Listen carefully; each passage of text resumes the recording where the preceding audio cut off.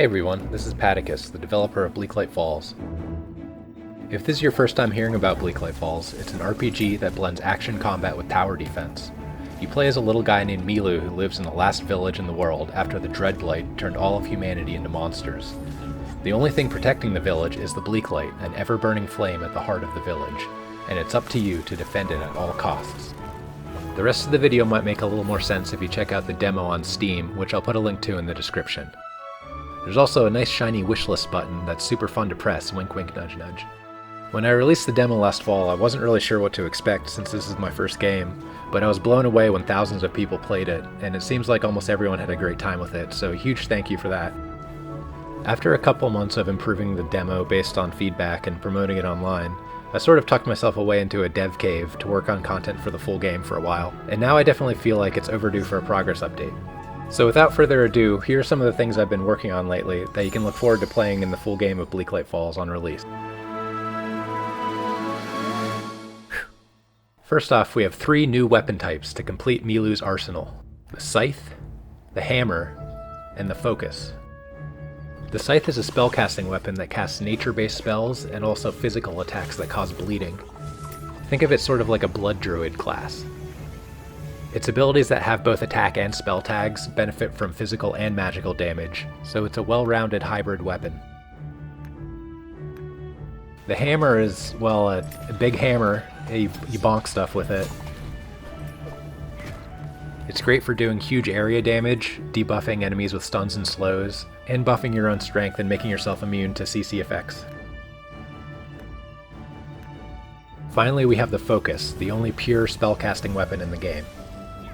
The Focus channels light magics from the Bleaklight Flame to burn enemies with fireballs, novas, and missiles. It also has summoning and healing spells, and an ultimate that creates a black hole, pulling in all enemies around it. Next up, I added a ton of unique items to the game. I think there are well over 100 in the game so far. That's probably enough for release, but we'll see how it goes. Each unique has a special effect on it that'll synergize with different weapon abilities and playstyles. Some even come with their own special abilities that you can use with any weapon.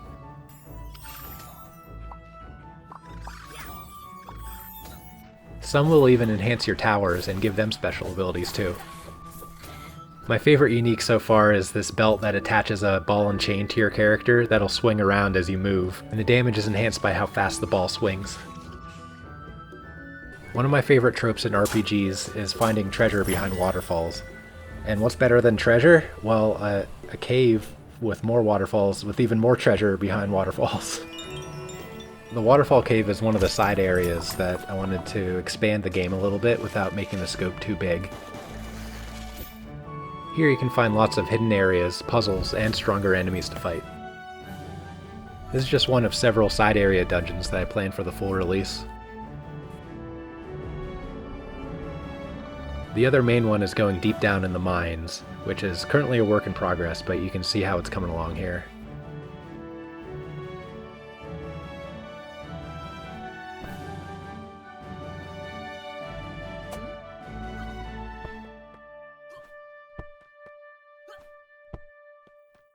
The forest feels a lot fuller now with landmarks. These are special locations that you'll discover as you explore the forest more, and they hold significance to quests and lore and secrets as well.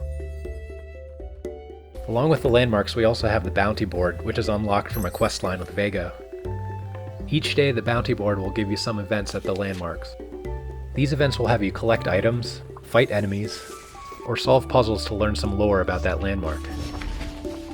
The events reward ranger tokens that you can trade with Vego as your friendship with him increases. Speaking of friendship, we have a few new villagers to meet. Alfred's the farmer, Atux is a fisherman, and Inara is the town doctor. There's also Trint, a little girl whose parents were lost to the Dreadblight a few years back. She'll play a special role in the main story quest at the beginning of the game. All the villagers will have special unlocks as you level up their friendship. These can be things like trade options, special game mechanics, and more ways to improve their crafting abilities. When you become good enough friends with Yos, he'll give you a field salvage kit that sort of acts as a loot filter. You can select item types based on rarity, grade, and quality, and those types of items will automatically be salvaged when they drop. Seth will unlock the Warrior's Wardrobe, which gives you extra sets of gear that you can swap between on the fly. Callus can add extra effects to your trusty flask, and craft special consumables that can do things like teleport you back to the Bleaklight, and track down treasure chests and dig piles in the forest. Lokesby can magically imbue your gear with enchanting, and fuse unique items together to make them more powerful, or roll a random unique. Dax and Thos have tower development, a tree that unlocks special effects for your tower and allows them to be evolved into more powerful versions. After you unlock Tower Evolution, you'll be able to upgrade your tower to choose between two specialized versions that fill your need on the battlefield. For example, the Shockwave Tower can evolve to be either a Vacuum Tower, which pulls in enemies and sucks in resources to gather them up for you, or the Tectonic Tower, which stuns and slows enemies. With a huge variety of powerful towers, that means there's going to be even stronger Dreadblight monsters that attack you. As you progress through the main story of the game, each chapter will provide new challenges with different monster types and breaches in the wall around the village that monsters will use to attack from different angles. Each chapter will also culminate in a boss fight, where a powerful Dreadblight champion will attack Bleaklight Falls and test the limits of your strength. You'll be able to resummon these bosses through the Bleaklight to fight even more powerful versions of them and get even better loot. You can also progress the Bleaklight with world upgrades that increase enemy strength and give you better loot from treasure chests and resources.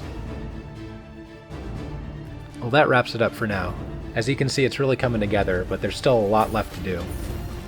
I haven't yet decided whether I want to do a full 1.0 release or do early access first, but either way, there's a 95% chance that the game will come out next year, 2027.